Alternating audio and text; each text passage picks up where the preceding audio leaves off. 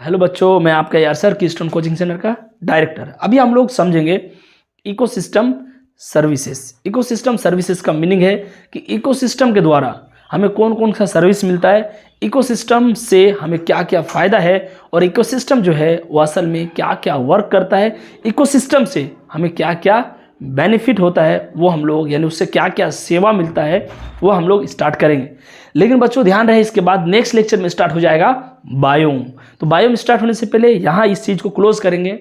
तो ध्यान रहे, जो चीज़ें मैं समझा रहा हूँ एक एक करके सुनिए, ध्यान से सुनिए। वैसे ये पॉइंट्स तो सबको याद रहते हैं, लेकिन जो पॉइंट्स का रीज़न है और कारण है, मैं आपको हर एक पॉइंट का एक फैक्ट वाइज अच्छे से रीज़न बताऊंगा, ताकि आप किसी को भी समझा पाएँ कि असल में इकोसिस्टम सर्विसेज होता क्या है। तो बच्चों ध्यान रहे, जो इकोसिस्टम है वो हमें सर्विस देता है, यानी इकोसिस्टम का कुछ सेवा है। इकोसिस्टम है तो उससे हमारा भी कुछ फायदा है। वो फायदा क्या क्या है, चलिए देखते हैं। Purify air and water. बच्चों आपको पता होना चाहिए, जो एयर और वाटर ये दोनों को प्यूरिफाई करता है हेल्दी फॉरेस्ट या फिर हेल्दी इकोसिस्टम। यानी अगर मैं बात करूं, अगर इकोसिस्टम रहेगा, अगर प्लांट्स रहेंगे, ध्यान रहे, अगर मैं बोलूँ ये प्लांट्स है तो ये क्या करेगा बच्चों, ये CO2 लेते रहेगा और ये ऑक्सीजन छोड़ते रहेगा। तो इससे क्या होगा, जितना CO2 कंज्यूम होगा उतना हमारा हवा क्या होगा, प्योर होगा। यानी हवा को प्योर करता है, एयर को प्यूरिफाई करता है, छांटता है। उससे बार बार जो एयर में जो आलतू फालतू बार बार जो कार्बन डाइऑक्साइड का एडिशन हो जाता है, बार बार जो हमारे एटमॉस्फेयर में, चाहे वो चिमनी से हो चाहे वो ऑटोमोबाइल से हो, बार बार जो कार्बन डाइऑक्साइड ऐड हो जाता है, वो फिर कार्बन डाइऑक्साइड को दोबारा वहाँ से कौन हटाता है, प्लांट्स फोटोसिंथेसिस करने के लिए इन कार्बन डाइऑक्साइड को ये यूज़ कर रहा है, यानी हाँ इसका लेवल कम कर रहा है। क्या मैं कह दूँ, एयर को प्यूरिफाई करता है प्लांट्स। सर ये पॉइंट तो समझ में आ गया कि प्लांट्स या फिर हेल्दी इकोसिस्टम, अगर हेल्दी इकोसिस्टम रहेगा, स्वस्थ इकोसिस्टम रहेगा तो ये सारा काम अच्छे से होगा। नहीं, अगर अनहेल्दी रहेगा तो वो खुद डिस्ट्रॉय हो जाएगा। एयर को प्यूरिफाई करता है। वाटर को कैसे प्यूरिफाई करता है बच्चों आपको पता होना चाहिए। जो वाटर है हमारा, अगर मैं आपको बताऊं कि वाटर का बात, जो वाटर है नीचे से जो प्लांट है, वो प्लांट जो नीचे से जो वाटर लेता है रूट के थ्रू, ये वाटर जो इसमें जा रहा है, आपको पता होना चाहिए जब ये जाइलम से होते हुए ऊपर लीव्स तक ये पानी जाता है, तो बच्चों ये जो पानी होता है, ये नीचे का जो पानी ये उठाता है, ये मानिए कि बहुत ज़्यादा प्योर नहीं होता है, सॉइल से जो पानी निकलता है। उसके बाद फिर जब यहाँ से जाएगा, पानी यूज होते होते ट्रांसपिरेशन होगा। ट्रांसपिरेशन जानते हैं आप, ट्रांसपिरेशन के थ्रू यानी जब अपने स्टोमेटा खुलेगा तो वहाँ से कुछ प्लांट से पत्ती से पानी निकलेगा, वो पानी गैसियस के रूप में जाएगा, फिर ये जाके बादल बनाएगा और फिर यही जाके रेन वाटर बनता है। और रेन वाटर को हम लोग क्या मानते हैं, प्योर वाटर मानते हैं। नहीं आया मेरा बात आपको समझ में? मैं बोल रहा हूँ जो सॉइल से जो पानी गया था, ये पानी जो है ये प्योर नहीं था, ये यहाँ से गया, इन्होंने यूज़ किया, पत्ता में गया, पत्ता से वो पानी उड़ेगा तो बादल बनेगा, बादल बनेगा तो बरसेगा, तो ये प्योर वाटर मानते हैं। रेन वाटर को हम लोग क्या मानते हैं, प्योर वाटर।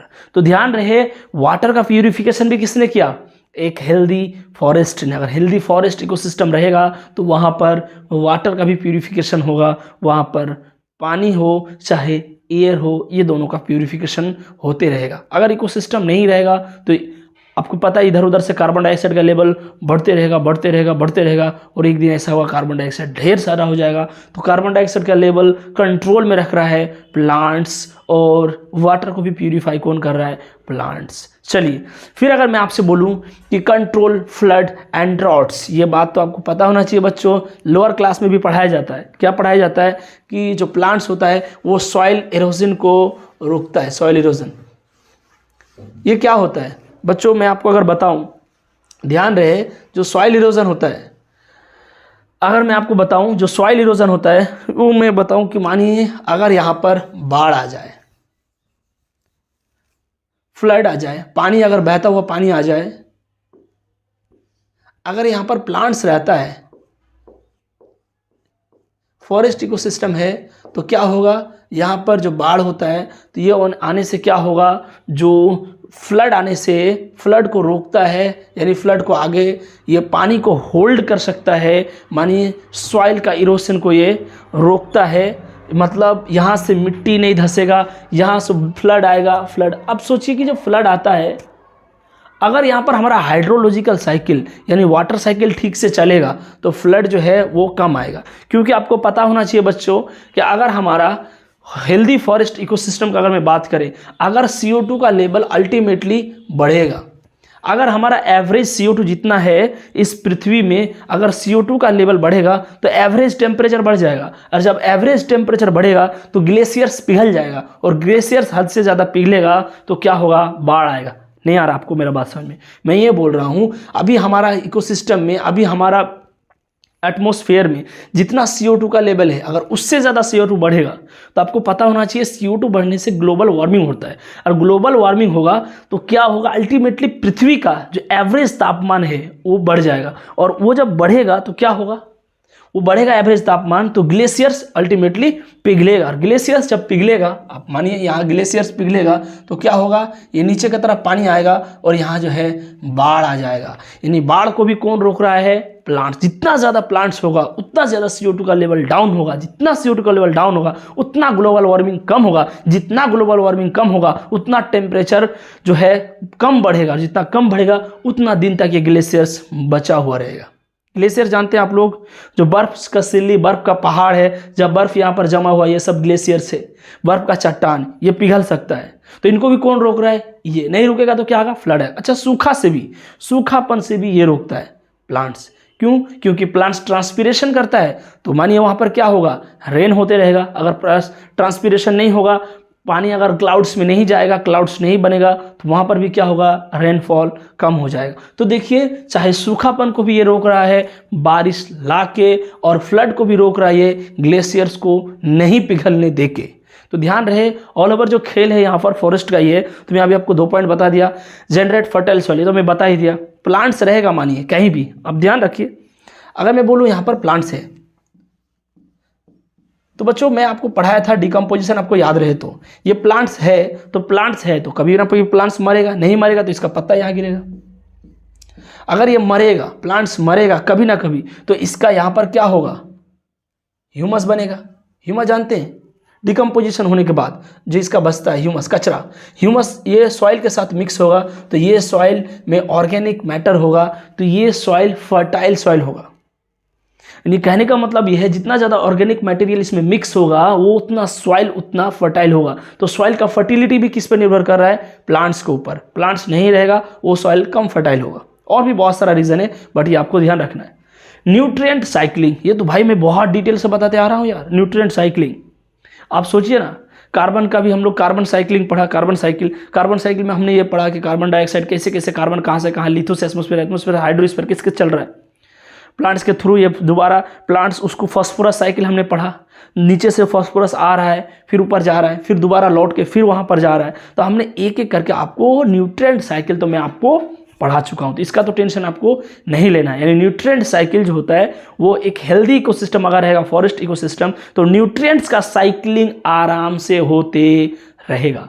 जैसे मैं आपको बच्चों अगर बताऊँ, यहाँ पर जो रॉक्स था नीचे, मानिए बहुत नीचे रॉक्स है, बड़ा बड़ा रॉक्स है, अगर इन रॉक्स में जो फॉस्फोरस अटका हुआ था, अगर ये रॉड्स टूटा और अगर ये फॉस्फोरस यहाँ पर पहुँचा और अगर यहाँ पर प्लांट नहीं होगा, तो क्या ये फॉस्फोरस ऊपर की तरफ जा पाएगा? यानी क्या ये फॉस्फोरस को एनिमल के पास जा सकता है? नहीं, इसको ले जाएगा सबसे पहले कौन? प्लांट्स। फिर इस प्लांट्स को खाएगा एनिमल्स, फिर उस एनिमल को खाएगा कोई और एनिमल। इस करते करते ये जो फॉस्फोरस, फिर वो एनिमल मरेगा, फिर सड़ेगा, फिर दोबारा फॉस्फोरस यहाँ पर नीचे लीचिंग होकर बह जाएगा। तो ये जो है न्यूट्रिएंट का जो साइक्लिंग चल रहा है, न्यूट्रिएंट्स जो गोल गोल घूम रहा है, इसके लिए भी कौन जिम्मेदार है? Forest ecosystem.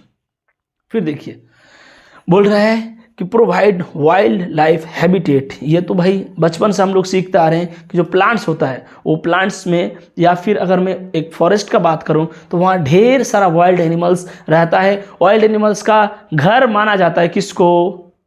वाइल्ड लाइफ का घर किसको मानते हैं? फॉरेस्ट को। फॉरेस्ट रहेगा, वहाँ पर बहुत सारा फॉरेस्ट से रिलेटेड जो एनिमल्स है वो रहेंगे, प्लांट्स रहेगा, वहाँ पक्षियाँ रहेंगे, यानी ढेर सारा जो एनिमल है, वाइल्ड एनिमल, उनका घर कौन है? उनका हैबिटेट, रहने का जगह कौन दे रहा है? वो दे रहा है आपका फॉरेस्ट इकोसिस्टम। फॉरेस्ट इकोसिस्टम ने एयर को प्यूरिफाई किया, वाटर को प्यूरिफाई किया, फ्लड आने से रोका, ड्राफ्ट यानी मानिए कि सूखापन आने से रोका, सॉइल को फर्टाइल किया, न्यूट्रिएंट का साइक्लिंग करवाया। अब वाइल्ड लाइफ को ये सब सर्विस नहीं तो क्या है, ये सब सेवा ही दे रहा है हमें। ये सब कौन दे रहा है? Forest ecosystem.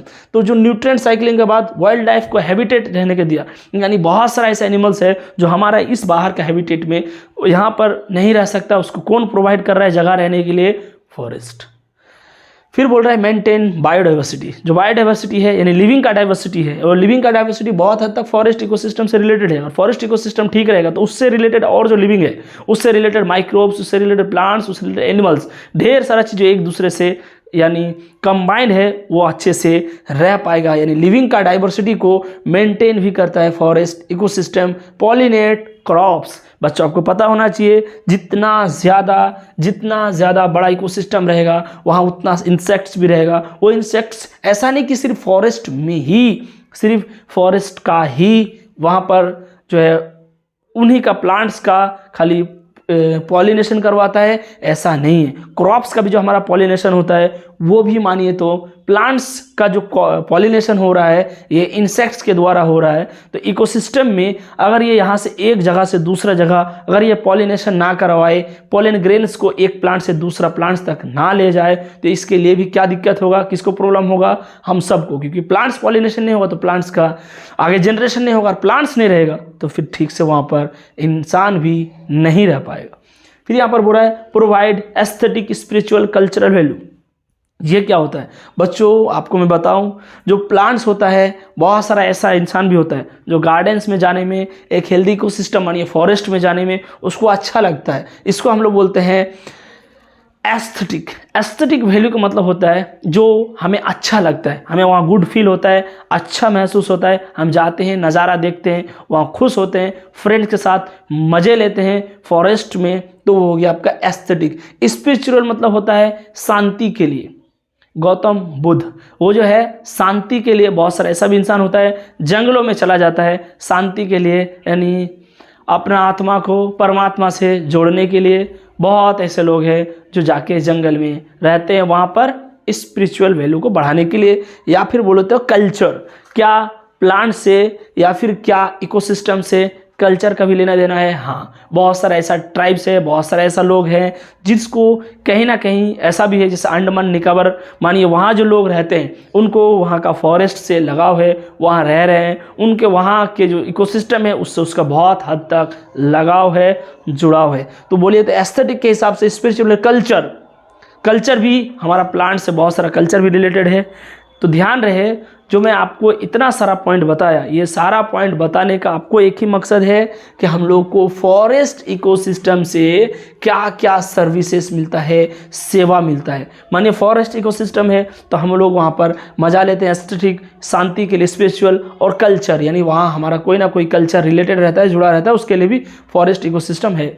तो देखिए पॉलिनेशन भी करवाया, बायोडाइवर्सिटी को मेंटेन भी करवा रहा है, प्रोवाइड वाइल्ड लाइफ हैबिटेट यानी वाइल्ड लाइफ को घर भी दे रहा है, न्यूट्रिएंट का साइक्लिंग भी करवा रहा है, उसके बाद जनरेट फर्टाइल सॉइल भी बन रहा है, कंट्रोल फ्लड एंड ड्रॉट्स यानी सूखापन को भी और बाढ़ को भी रोक रहा है, purify air and water, air और वाटर का प्यूरिफिकेशन भी कर रहा है। तो बच्चों मैं जो आपको बता रहा हूँ एक एक पॉइंट को आपको अच्छे से इस तरीके से ध्यान रखना है कि इकोलॉजी जो है ये सिर्फ ऐसा नहीं है कि खुद के लिए ही प्लांट काम कर रहे हैं, हमारे लिए भी बहुत सारा वर्क ये लोग कर रहे हैं। प्योर अगर ऑक्सीजन ऐड नहीं करेगा तो हम लोग क्या कुछ कर सकते हैं? नहीं। तो हमारे लिए भी बहुत इम्पॉर्टेंट है ये प्लांट्स। अब हम लोग नेक्स्ट लेक्चर में स्टार्ट करेंगे बच्चों बायोम। क्या स्टार्ट करेंगे?